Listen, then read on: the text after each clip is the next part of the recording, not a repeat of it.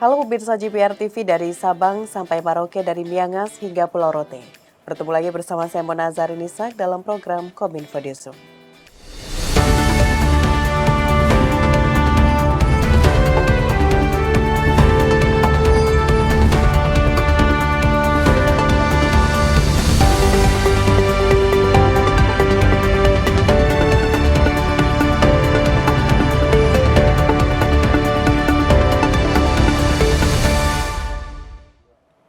Pemirsa, usai penetapan hasil pemilu 2024, Komisi Pemilihan Umum mulai mempersiapkan tahapan Pilkada 2024.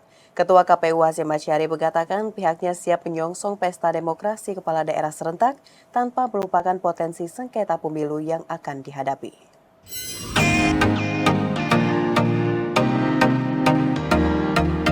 Ketua Komisi Pemilihan Umum Republik Indonesia Hasyim Asyari menyebut pentingnya untuk segera menyongsong Pilkada 2024 usai hasil pemilu 2024 ditetapkan. Salah satu tahapan Pilkada 2024 yang berlangsung pada awal April 2024 adalah pencalonan diri seorang warga negara Indonesia sebagai calon kepala daerah. Oleh sebab itu, Hasyim mengatakan bahwa KPU akan segera menuntaskan tahapan pemilu 2024 sekaligus mempersiapkan tahapan Pilkada 2024. Salah satunya terkait dengan kesiapan KPU dalam menghadapi sengketa terkait pemilu 2024 atau perselisihan hasil pemilihan umum di Mahkamah Konstitusi. Hasyim menjelaskan kesiapan tersebut sejalan dengan bisanya peserta pemilu untuk mengajukan keberatan. Terhitung sejak hasil pemilu 2024 ditetapkan pada Rabu 20 Maret 2024 pukul 22.19 waktu Indonesia Barat. Adapun rencana pemungutan suara pada Pilkada 2024 akan digelar pada 27 November mendatang dan akan dimulai dengan membuka pendaftaran bagi calon kepala daerah melalui jalur perseorangan pada bulan April 2024. Sebagaimana Undang-Undang Nomor 10 Tahun 2016 menyebutkan bahwa calon perseorangan harus memenuhi syarat dukungan dari jumlah penduduk yang memiliki hak pilih. Dalam beberapa waktu ke depan, di awal April 2024 ini, bagi warga negara Indonesia yang akan mencalonkan diri sebagai kepala daerah, apakah itu gubernur, bupati, wali kota, melalui jalur perseorangan, itu sudah mulai bisa menyampaikan bukti dukungan untuk pencalonan dalam pilkada baik gubernur maupun bupati wali kota yang di tahun 2024 ini. Sehingga dengan begitu kami di KPU selain menuntaskan kegiatan-kegiatan tahapan pemilu 2024 juga mulai memasuki tahapan pilkada 2024.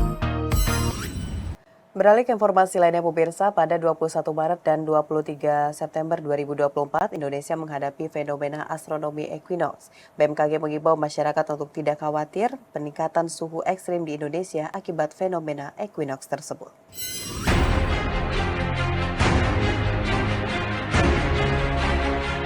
BMKG mengimbau masyarakat tidak perlu khawatir dampak dari equinox sebab equinox tidak serta-merta mengakibatkan peningkatan suhu udara secara drastis atau ekstrim.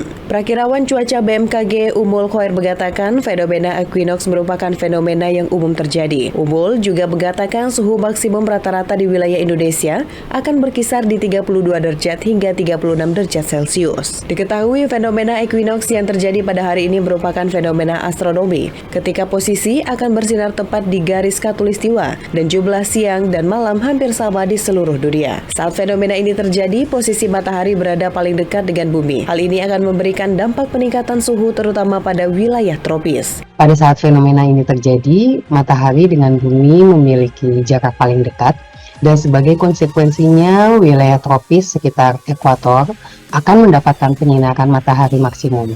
Berdasarkan pengamatan BMKG, pada 19 Maret 2024, suhu maksimum tertinggi di wilayah Indonesia berada pada 35,6 derajat Celcius di Deli Serdang, Sumatera Utara. Dan suhu maksimum tertinggi di wilayah Jakarta dan sekitarnya berada pada 35,2 derajat Celcius di Ciputat, 34,8 derajat Celcius di Kemayoran, dan 34,3 derajat Celcius di Cengkareng.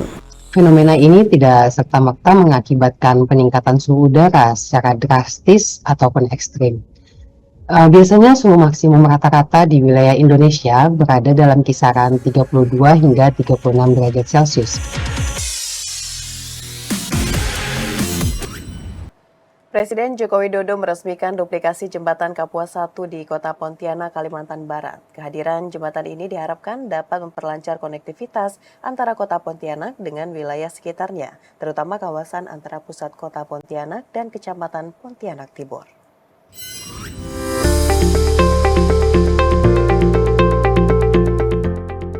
Presiden Republik Indonesia Joko Widodo pada Kamis 21 Maret 2024 meresmikan duplikasi jembatan Kapuas 1 di Kota Pontianak, Kalimantan Barat.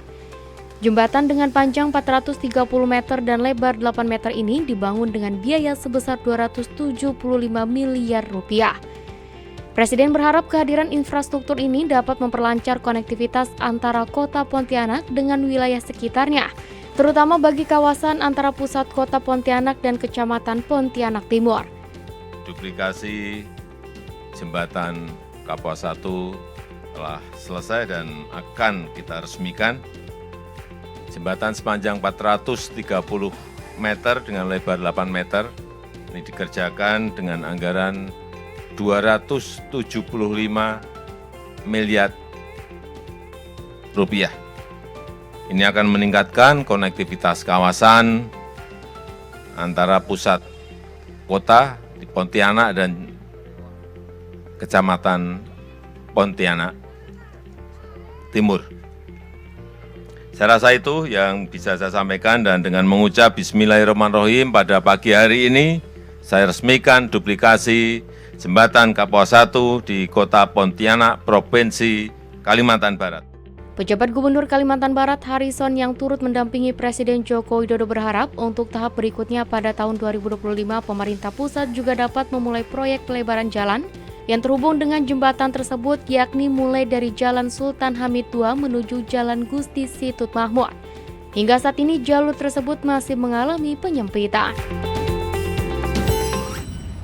Pemirsa, pemerintah akan menyebar 6.800 undangan untuk menghadiri upacara HUT ke-79 Kemerdekaan Republik Indonesia di Ibu Kota Nusantara, Kalimantan Timur pada 17 Agustus mendatang.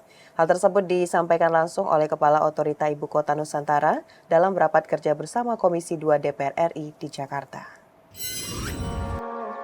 Peringatan Hari Ulang Tahun ke-79 Kemerdekaan Republik Indonesia yang akan digelar di Ibu Kota Nusantara mulai dipersiapkan. Kepala Otorita Ibu Kota Nusantara Bambang Susantono mengatakan bahwa pemerintah akan menyebar 6.800 undangan untuk menghadiri upacara HUT ke-79 Kemerdekaan Republik Indonesia di IKN, Kalimantan Timur pada 17 Agustus mendatang. Dalam rapat kerja bersama Komisi 2 DPR RI di Jakarta, Bambang mengatakan bahwa pihaknya memang diminta untuk mempersiapkan pelaksanaan upacara tersebut. Bambang meyakini bahwa lapangan upacara akan siap pada Agustus nanti. Selain itu, untuk sekeliling lapangan sudah dihiasi rumput dan pepohonan. Dan insya Allah jumlahnya 6.800-an ya undangan seperti itu. Apakah siap? Kami tentu harus berada pada sisi, kalau lihat dari progres yang ada, insya Allah kita akan bisa melakukan satu upacara. Lapangan upacaranya Ibu sekalian, kalau Ibu Bapak berkesempatan untuk meninjau, itu memang sudah kelihatan hijau, kemudian juga kiri kanannya sudah ada pohon-pohon yang bukan pohon yang kita tanam dari hanya 1 meter, tapi beberapa bahkan sudah lebih tinggi. Harapan kami nanti pada tanggal 17 Agustus mereka sudah berada pada posisi di mana enak dan elok dipandang gitu ya. Terkait kesiapan fasilitas hotel, Bambang menyampaikan bahwa 2 hotel juga siap difungsikan untuk mendukung upacara HUT ke-79 Republik Indonesia pada Agustus mendatang. 2 hotel yang dikembangkan oleh investor swasta itu masing-masing berkapasitas 200 kamar. Insya Allah 200 kamar itu nanti sudah mulai beroperasi. Kemudian juga beberapa fasilitas untuk kesehatan dan pendidikan, mudah-mudahan kita bisa lihat juga di lapangan. Tak sampai di situ, untuk progres pembangunan IKN, Bambang menyebutkan pembangunan Istana Presiden baru mencapai 58,5% per 29 Februari 2024 dan ditargetkan selesai pada Oktober 2024. Sedangkan gedung kantor Presiden, progres pembangunannya sudah mencapai 78,64%. Gedung ini juga ditargetkan rampung pada Oktober 2024. Pemirsa, Bank Indonesia menyelenggarakan program penukaran uang baru di momen Ramadan dan menjelang Idul Fitri 1445 Hijriah. Program bertajuk Semarak Rupiah Ramadan dan Berkah Idul Fitri itu dilaksanakan untuk memenuhi peningkatan kebutuhan masyarakat akan rupiah layak edar di hari besar keagamaan nasional. Penukaran uang baru menjadi tradisi rutin masyarakat saat merayakan Hari Raya Idul Fitri. Guna mendukung pelaksanaan penukaran uang baru, Bank Indonesia menyiapkan uang layak edar sebesar 197,6 triliun rupiah. Terdapat beberapa peningkatan pelayanan dalam agenda penukaran uang baru pada tahun ini, salah satunya yakni penambahan jumlah paket penukaran menjadi maksimal 4 juta rupiah dari sebelumnya hanya 3,8 juta rupiah. Selain itu, Bank Indonesia melakukan modernisasi armada kas keliling dan menambahkan fitur digitalisasi penukaran melalui QR Code pada aplikasi pintar.bi.go.id. Inovasi tersebut bertujuan untuk mempermudah masyarakat dalam menukar uang baru. Penukaran uang baru tersebar di 4.264 titik layanan kantor bank umum di seluruh Indonesia. Layanan kas keliling di lokasi-lokasi strategis dan kas keliling susur sungai di beberapa daerah. Khusus di DKI Jakarta, Bank Indonesia bersama perbankan akan menyediakan layanan penukaran terpadu di Istora Senayan. Layanan ini akan dihelat pada 28 hingga 31 Maret 2024. Sementara di daerah lainnya juga akan dimulai pada 26 Maret hingga 2 April mendatang. Sementara itu, mulai 2 hingga 5 April 2024, Bank Indonesia menambah lokasi layanan penukaran di jalur mudik melalui program BI Peduli Mudik, yaitu di rest area jalan tol dan hub transportasi, seperti pelabuhan dan stasiun kereta. Untuk bisa menukar uang baru, masyarakat harus mendaftar diri terlebih dahulu melalui website pintar.bi.go.id. Kemudian, masyarakat bisa mengambil uang di kas keliling sesuai tanggal, waktu, dan lokasi yang ditentukan. Pemirsa, usai jeda pariwara, kami akan kembali dengan informasi lainnya. Tetaplah bersama Kominfo Newsroom.